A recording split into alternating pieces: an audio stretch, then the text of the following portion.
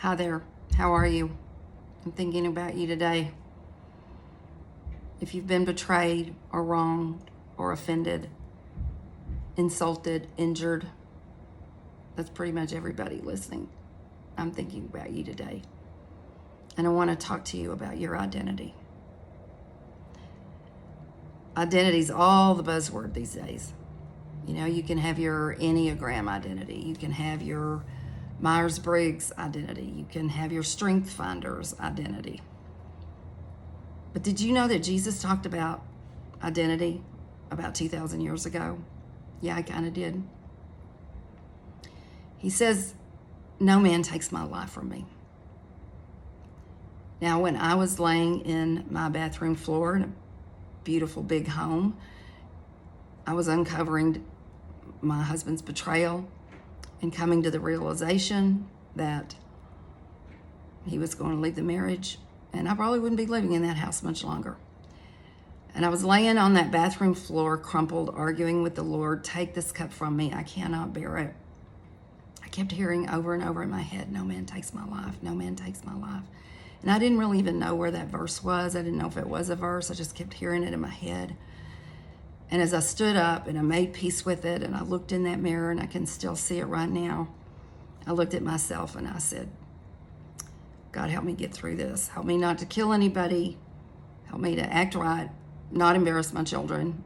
And someday I'm going to share my story, and I'm going to tell women how to get through this with grace and dignity." And so here I am, 19 years later.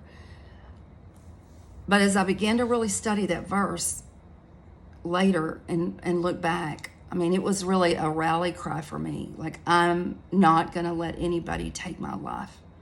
I will not let anybody take my life. I'm going to fight for my life.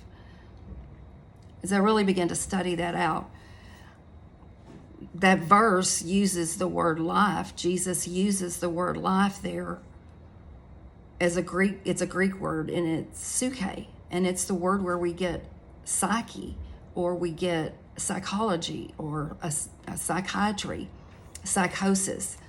We're familiar with that word. It's not the word for getting up and walking around and being alive, like a giraffe or a monkey or even a snail, okay? That's not the same kind of life. Jesus is not using that word in that verse. And what he's talking about is his identity. It's the heart, the emotions, the mind, will, the soul. And he is saying, no man takes my soul from me. No man takes my identity from me. He goes on to say, I have the power and the authority to lay it down, and I have the power and the authority to take it up. So what I want to say to you today is, if someone wronged you, offended you, betrayed you, that's on them. They're responsible. But you can't do anything about that.